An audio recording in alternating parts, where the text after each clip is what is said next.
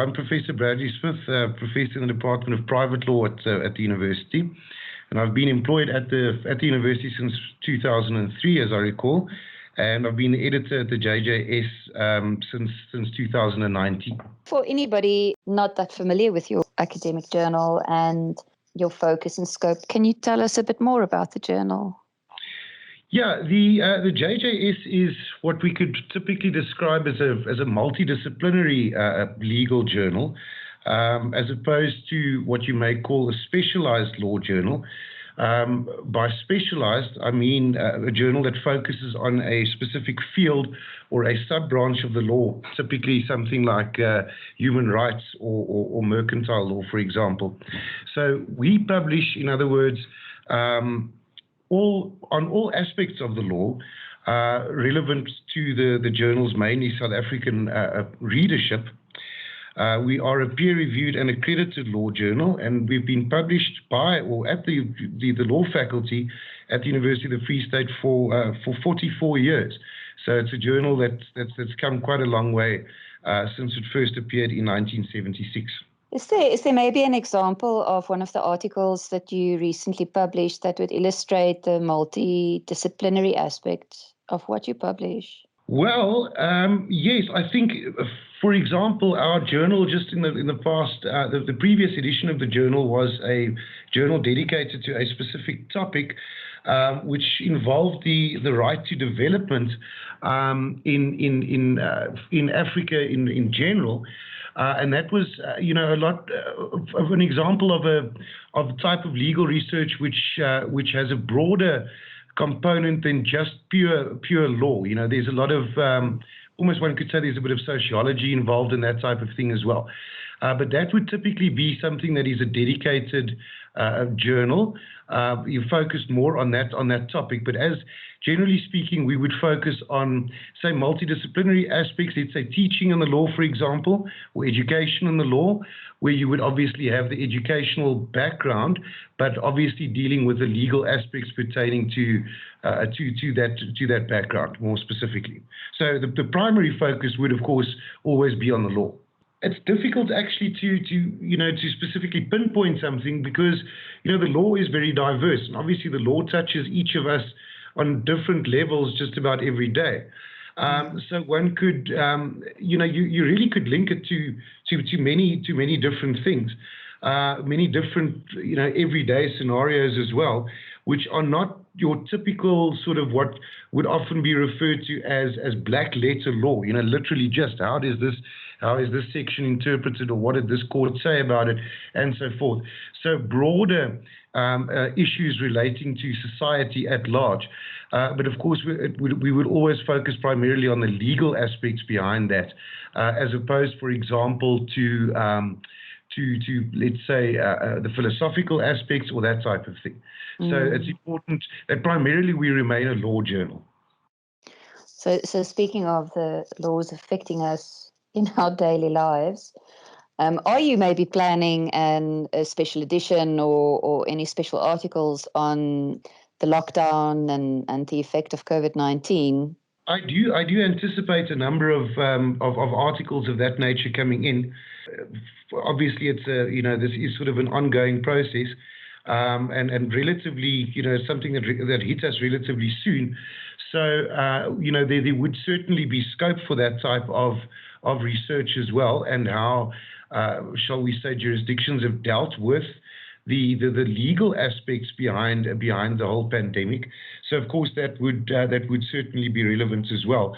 What we would typically do then is to look at, let's say, if the research is not dedicated to South African law, or only to South African law, that it would involve, let's say, a comparative analysis of the position in South Africa with a different jurisdiction.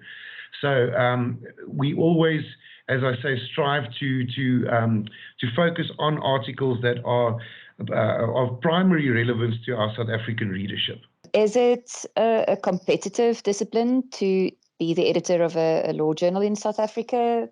Why would authors publish with you rather than the other law journals? I think to begin with, there are quite a number of legal journals that are published in South Africa. Some of them are, as I mentioned right at the outset, are more subject specific, if you like, or specialized. So ours is a multidisciplinary journal, which is nice in the sense of that it covers all aspects of law, whether it's private law, mercantile law, human rights law, international law, whatever the case may be. So that does make the scope a bit more broad, and your pool of potential authors potentially would be broader as well. And then, of course, we also do have the other benefits, if you like, that we publish in English and in Afrikaans. And then I think another important benefit is that the JJS is one of few legal journals in South Africa that is also accredited by the IBSS, the International Bibliography of Social Sciences. So that, of course, is also something which we are proud of, and we work hard at maintaining that accreditation. I think also then that the environment has become competitive in the sense of a purely financial, shall we say, from a financial point of view, because increasingly journals are requiring page fees to be paid by potential authors or authors who eventually will publish in the piece or in the journal, and we don't make use or require page fees to be paid, and that's one of the benefits, I think, of being an open access journal.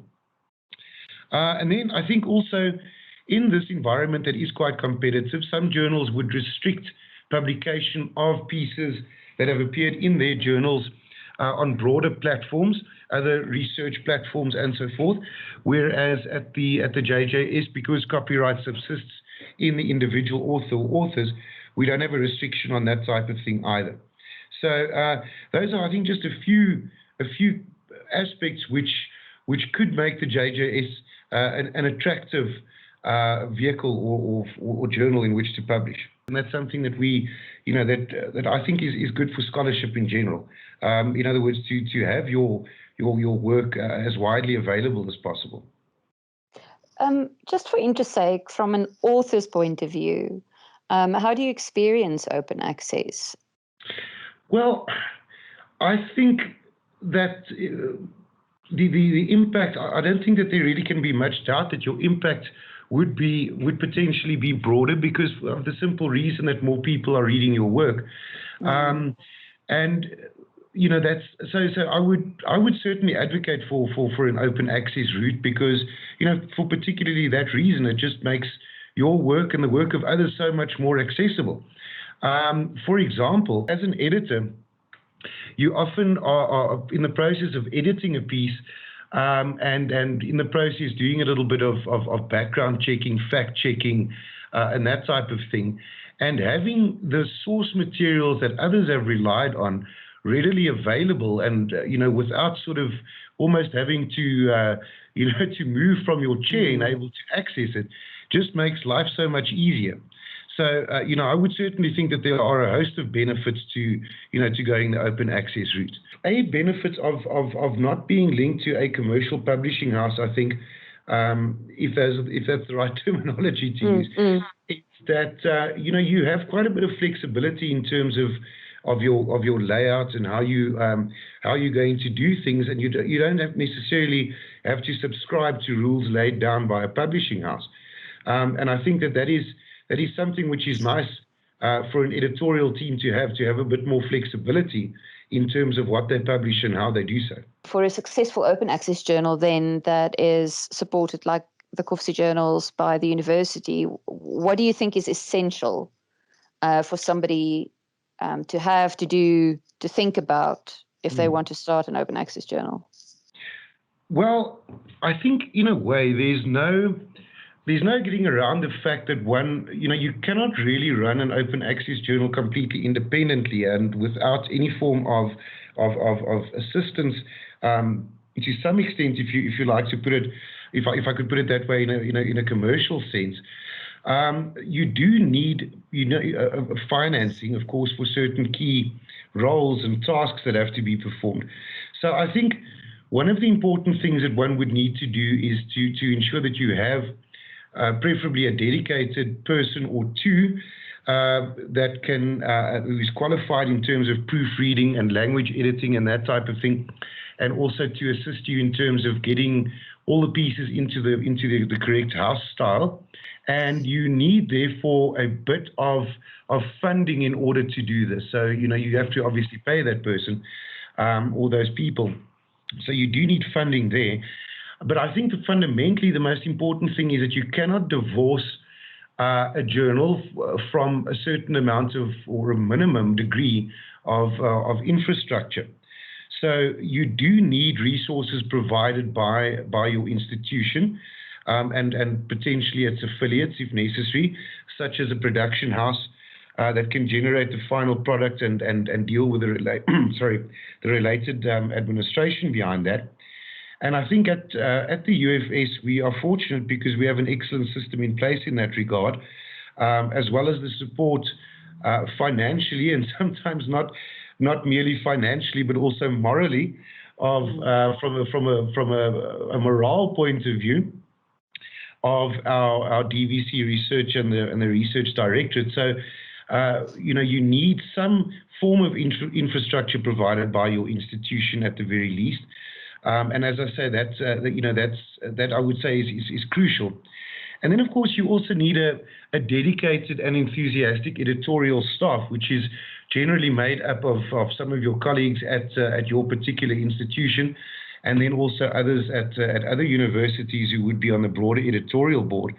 And in my case as an editor, I've also been very fortunate in that regard, and especially to have the assistance of my co-editor, who's Dr. Jacques Mathieu, who assists me a lot, who assists me enormously in generating in running the journal and generating the final product. So I think you need at least you need those three basics in place. You do need someone to assist you with the nitty-gritty technical stuff.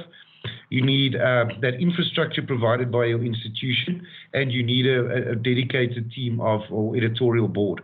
So it would be, it could be regarded by many as a so-called labor of love for your colleagues to also be involved, because there's a lot of time and effort, obviously, that goes into the final product.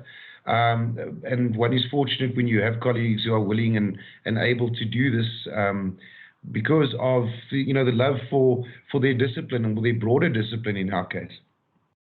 Exactly. And I mean, even if you work or if you review or write for a commercial journal, that doesn't mean you get paid. I think just to underline that point, sorry, I'm just I think you touched on a very important thing there, and that is, of course, is also the peer reviewers. I mean, any academic journal is completely dependent on quality peer reviewers. Without them, you can't have a journal at all. So that, of course, would also be a very important aspect of any journal, whether it's commercial or otherwise, is having your a pool of peer reviewers available. And for them, unfortunately, there's very little in the in terms of direct reward, but I suppose that the indirect reward is that that you're reviewing a particular piece, and somewhere along the line, it may even be that whoever's piece you're reviewing now in the future, or it may possibly in the past, has reviewed your own work. So it's it's very important to have that element of the journal. Obviously, is crucial. So you have to have good peer reviewers, and you have to, I think, also keep them fairly happy in a way. You need to manage them nicely, not overburden them as far as possible, and so forth. Again, I think open access has changed the way many journals work. I remember many years ago it was literally necessary to subscribe to journals, and you would receive hard copies on every 3 months or every 6 months, depending on how often the journal was published. Or, of course, the libraries would subscribe to them, and one would have to get hold of the hard copy and make photostats and so forth for your own research purposes and the like. So I think open access has changed that completely. I mean, it's literally necessary, or literally possible, to access work, which not only, and interestingly, not even things that are more recent that you would imagine have been published in the current day and age, but even very old sources that have been digitalized and have become available. But I think from a journal's point of view, it's not necessary for people to subscribe anymore per se, and that is also a benefit, because we don't have significant cost implications for readers of the journal or for scholars wishing to publish in it. And at the same time, of course, we have far more visibility due to the open access system. So, and of course, an added benefit of that is the reduction in the need to print hard copies of the journal, which of course not only has a financial benefit, but certainly also an environmental benefit. So, there really are, I think, many pros to taking or opting for the open access route.